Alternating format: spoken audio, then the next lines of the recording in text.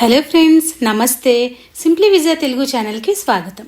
ఇవాల్టి వీడియోలో రైస్లోకి రోటీల్లోకి కూడా చాలా టేస్టీగా ఉండే పొట్లకాయ పెరుగు పచ్చడి అలాగే పొట్లకాయ కూర ఎలా తయారు చేసుకోవాలో చూద్దాం. ఇలా పెద్ద పొట్లకాయ కనుక తెచ్చుకున్నప్పుడు మనం ఒకే ఐటెం కాకుండా 2-3 రకాలు చేసుకోవచ్చు. ఇక్కడ నేను పొట్లకాయ కూర పెరుగు పచ్చడి చేస్తున్నాను.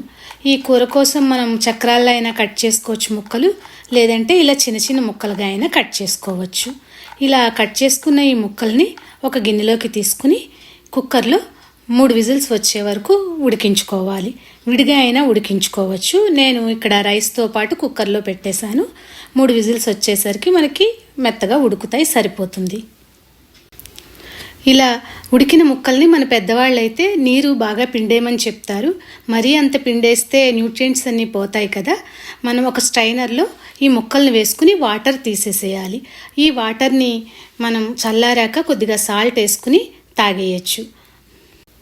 పొట్లకాయ కూరకి పెరుగు పచ్చడికి రెండిట్లకి ఈ ముక్కలు ఉడికించి రెడీగా పెట్టుకున్నాము. ఇప్పుడు పొట్లకాయ కూరలోకి మనం కావలసిన కొబ్బరి గ్రైండ్ చేసుకోవాలి.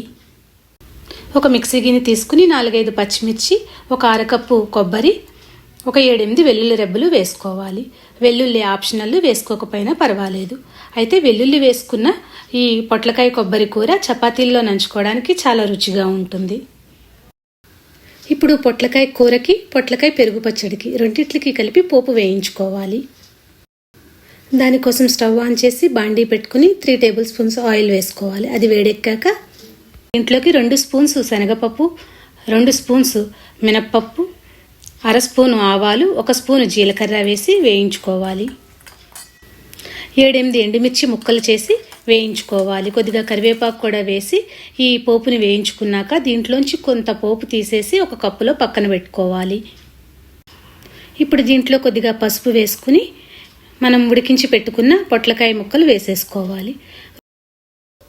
రుచికి సరిపడా ఉప్పు వేసుకుని 5 నిమిషాల సేపు కూరని వేగనివ్వాలి.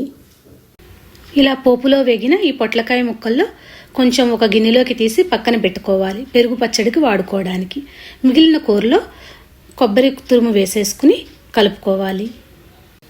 కొబ్బరి తురుము వేశాక ఒక 2 నిమిషాల సేపు కూర మగ్గనిస్తే సరిపోతుంది. ఇప్పుడు కూరని సర్వింగ్ బౌల్లోకి తీసేసుకోవచ్చు. ఎంతో కమ్మగా ఉండే పొట్లకాయ కూర రెడీ అయిపోయింది.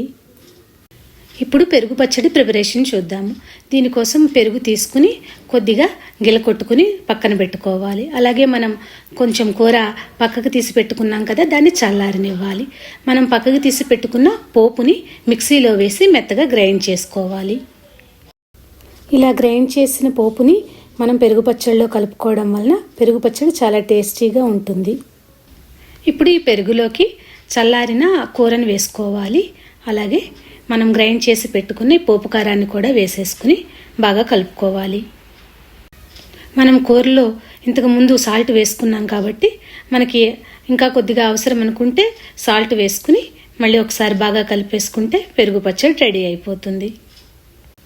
ఇలాంటి ట్రెడిషనల్ రెసిపీస్ మన ఛానల్లో చాలానే అప్లోడ్ చేశాను. వాటి లింక్స్ కింద డిస్క్రిప్షన్లోను పైన ఐకార్డ్స్లోనూ ఇస్తాను, ఒకసారి చెక్ చేయండి. చూసారు కదా, రుచికరమైన 2 ఐటమ్స్ని ఒకేసారి ఎంత ఈజీగా తయారు చేసుకోవచ్చో. మీకు ఈ రెసిపీస్ నచ్చాయా అండి? నచ్చితే తప్పకుండా లైక్ చేయండి, ఫ్రెండ్స్కి రిలేటివ్స్కి షేర్ చేయండి. సబ్స్క్రైబ్ చేసుకుని పక్కనున్న బెల్ ఐకాన్ క్లిక్ చేస్తే ఆల్ అనే ఆప్షన్ వస్తుంది. దాన్ని ట్యాప్ చేస్తే నా లేటెస్ట్ వీడియో నోటిఫికేషన్స్ ముందుగా మీకు చేరుతాయి. Thank you for watching.